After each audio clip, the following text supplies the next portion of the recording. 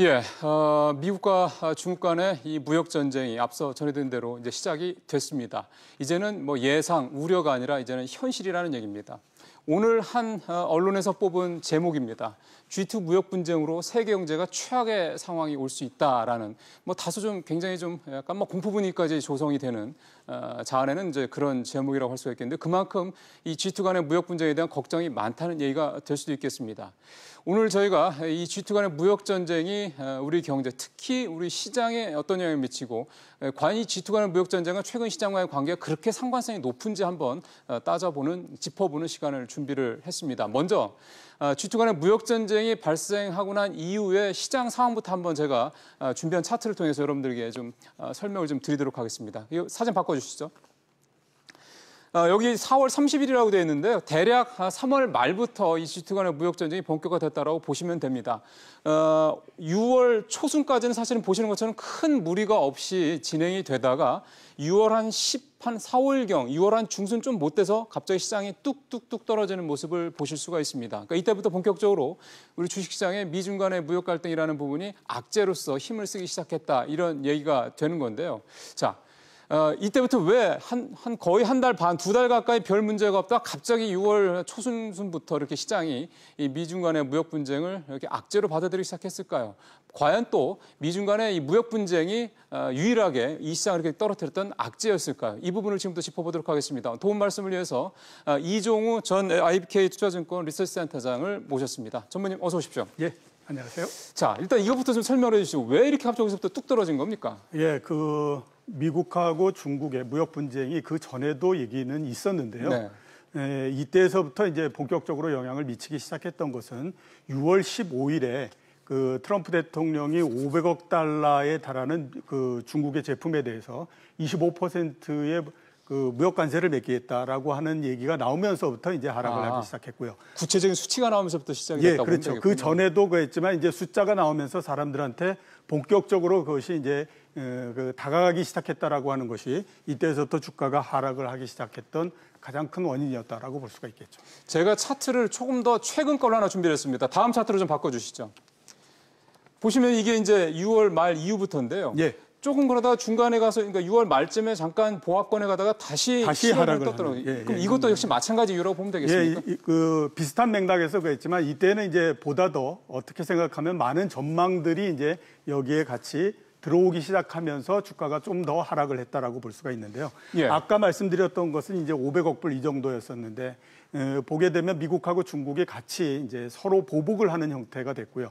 그런 것들이 계속 지속되다가 보면 과연 이제 세계 경제가 어떻게 될 것인가 하는 것들에 대한 전망이 나오기 시작을 했는데 최대로 보게 되면 무역 분쟁이 본격적으로 됐을 때 그 피해액이 대략 6천억 달러 정도 되지 않겠느냐라고 하는 전망들이 계속 나오기 시작을 했고요.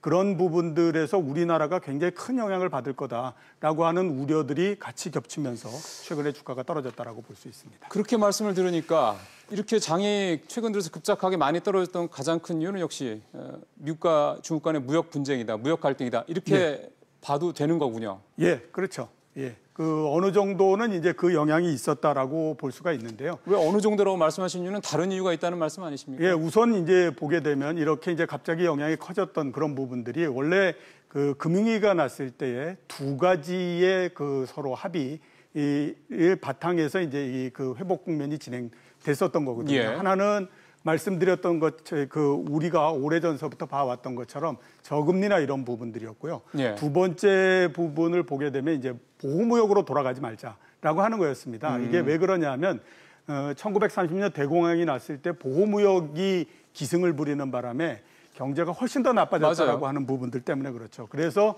최근까지 보게 되면 그런 부분들이 영향을 미치는 형태였었는데 실제 영향을 보게 되면 과연 그 정도였을까라고 하는 부분들에서 우리가 좀 의문을 갖게 되는 부분들이 있습니다. 이 그래프를 보시게 되면 이게 중국의 수출액을 연간으로서 나타낸 건데요.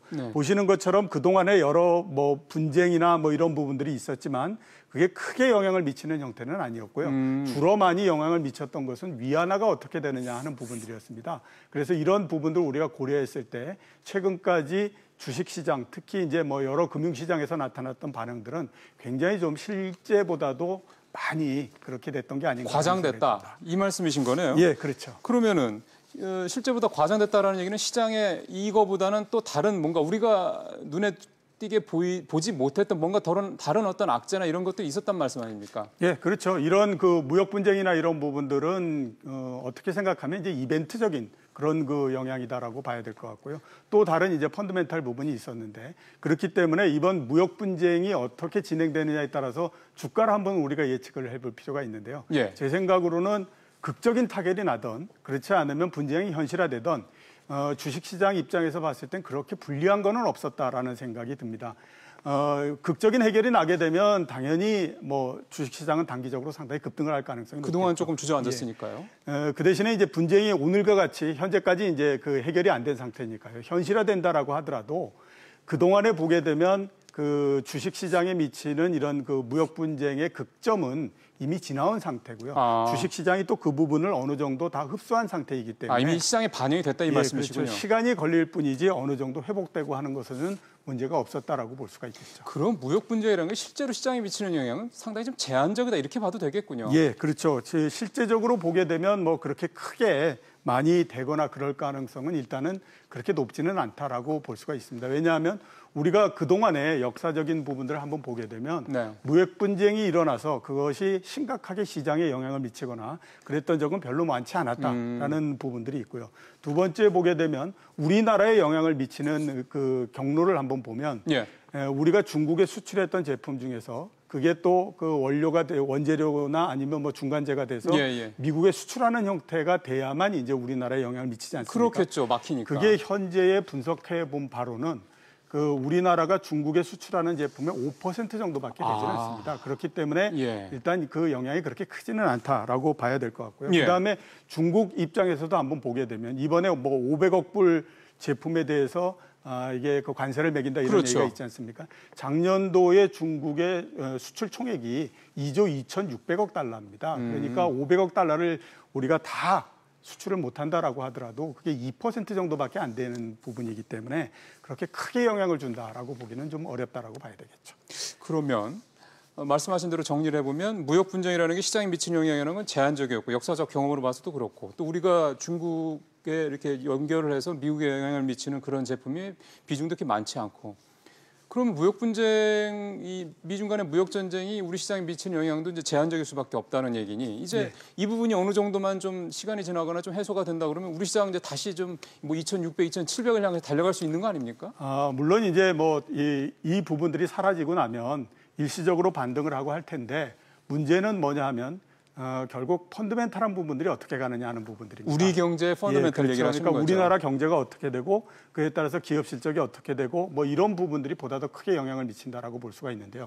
지금 우리나라 경제를 보게 되면 글쎄요 이 부분도 사실 이상으로서 나쁘게 본다라고도 볼 수 있겠지만 상대적으로 봤을 때 그다지 좋지 않은 거는 맞습니다. 5월 신규 실업자 그 취업자가 7만 명 정도에 그쳤거든요. 특히 이제 청년 실업률이 10% 정도가 됐는데요. 이 지표가 나오면서부터 국내 경제에 대한 우려가 굉장히 많이 확산되고 있는 상태고요.